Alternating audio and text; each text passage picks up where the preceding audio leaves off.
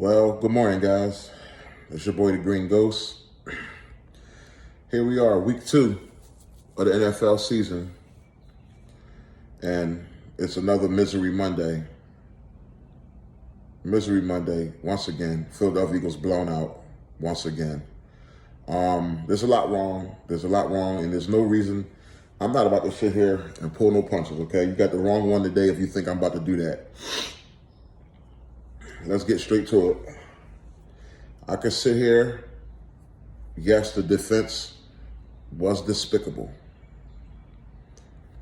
But I'm not about to sit here and point the finger at unknown secondary. A guy who wore number 22, I don't even know, Hill or something. I don't even know the guy, never heard of this guy that we got out there in the secondary. Another guy with like a long back name, like his number was like 31. And it just was like, I don't know these guys. And they're not getting paid much as far as according to NFL standards, okay? But there's a guy that we all know. There's a guy that we're all very familiar with. And this guy has a short name, and it's very recognizable. His name is Carson Wentz, okay? Guys, it's so saddening to me to bring this news to you. But I don't know if you know, we're in the 5th year, guys. This is Carson Wentz's 5th year, guys. Everything is all right here on the table. Usually once you win a Super Bowl, you got like a 5-year window that you could probably sneak another one in. We're entering into that 5-year period. That Super Bowl window is closing, okay? And we're on a verge of a total breakdown as an organization. We're at the brink of either get it right or good night, breakdown. They're going to start getting rid of these people with big contracts. It's going to be no Carson Wentz. It's going to be no Zach Ertz. It's going to be trading anybody with some value. You know what I mean? They're going to clear this thing out. We're literally at the brink of a clear out. And it is so scary because I feel as though the majority of it rests on the shoulders of Carson Wentz and the decisions that he's been making. We all know yesterday as the momentum began to shift, once the defense finally got us a couple stops, and we were right on the brink of coming back. Carson Wentz, once again, with a stupid decision, trying to go for it all, double coverage, just threw a terrible football interception, not anywhere on the field, not at the 50, not at the 40, not at the 30-yard line, not at the 20, not at the 10. He threw the interception in the end zone. Do you know that's the worst interception you could throw when you're trying to score a touchdown and you see it flip the other way and the opponent has the ball in your own end zone, man? Interception in the end zone after that long drive, everybody working hard, Deshaun Jackson making some great catches, run game going, just killed. I felt it. I told my coach, I said, cuz, that's it.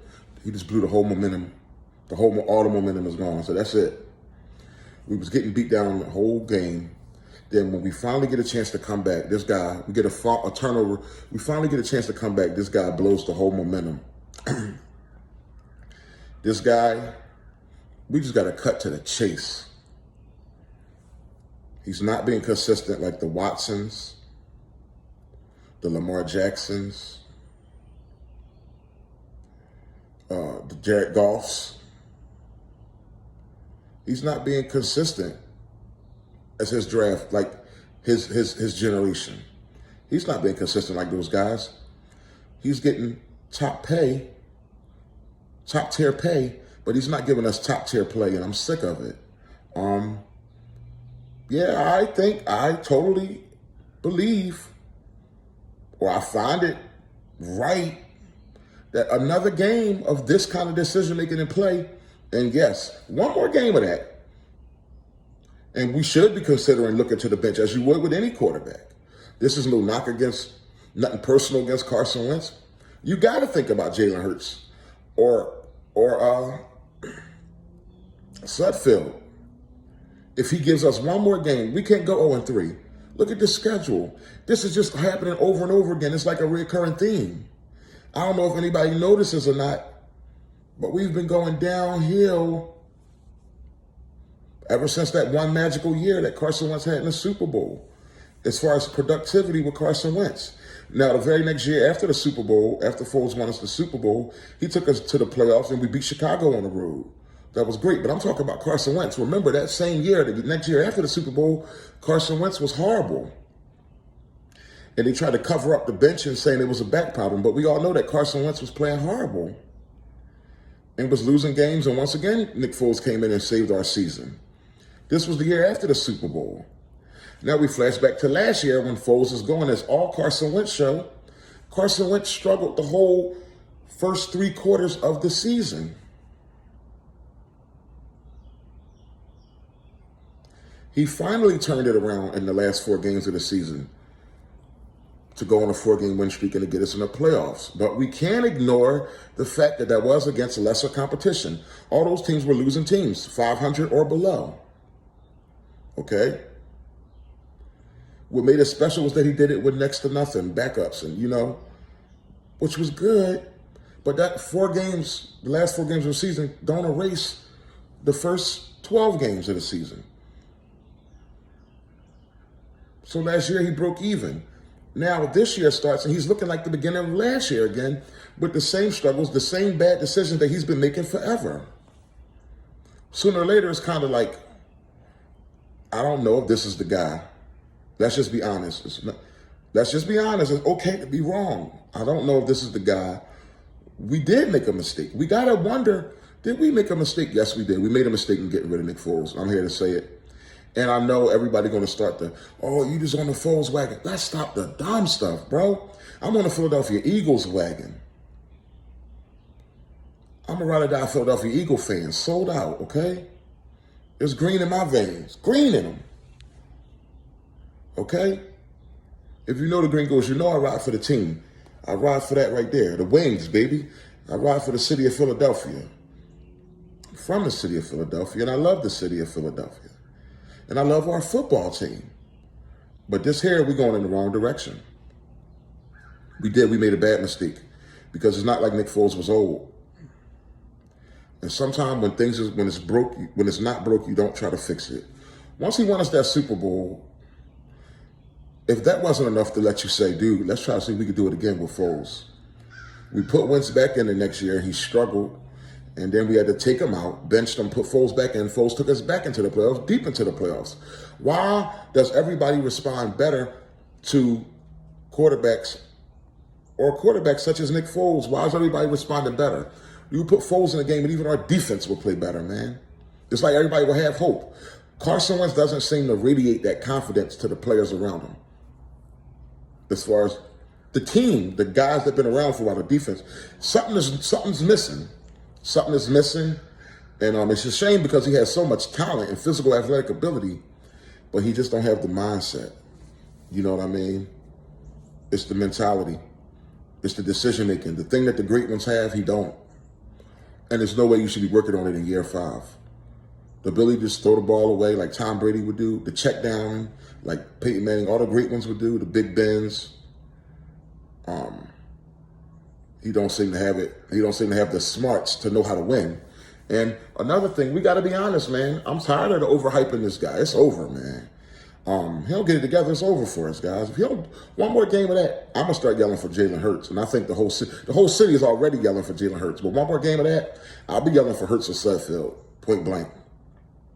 One thing about Donovan McNabb, we can say a lot about him, but Donovan McNabb was never catered to, and I'm not a Donovan McNabb fan, but he was never catered to in the way Carson Wentz has been catered to. They gave Carson Wentz all the tools in the world as soon as he came in. That never happened with Donovan McNabb. And also, if Donovan McNabb had a 17-0 lead, like he did against Washington, he wouldn't blow it. He might throw some ground balls. He might take his foot off the pedal. He might only end up winning by 3 points, but Donovan McNabb is not going to blow a game like that. So that's just regular football IQ, smart decision making. Football IQ. People want to mention Doug Peterson. I'm not mad at Doug Peterson right now, but I do tell you, you know what? Doug Peterson is one thing I want to address. And I have to. And it's starting to hurt us also. Oh God, this is for Doug Peterson and Carson Wentz.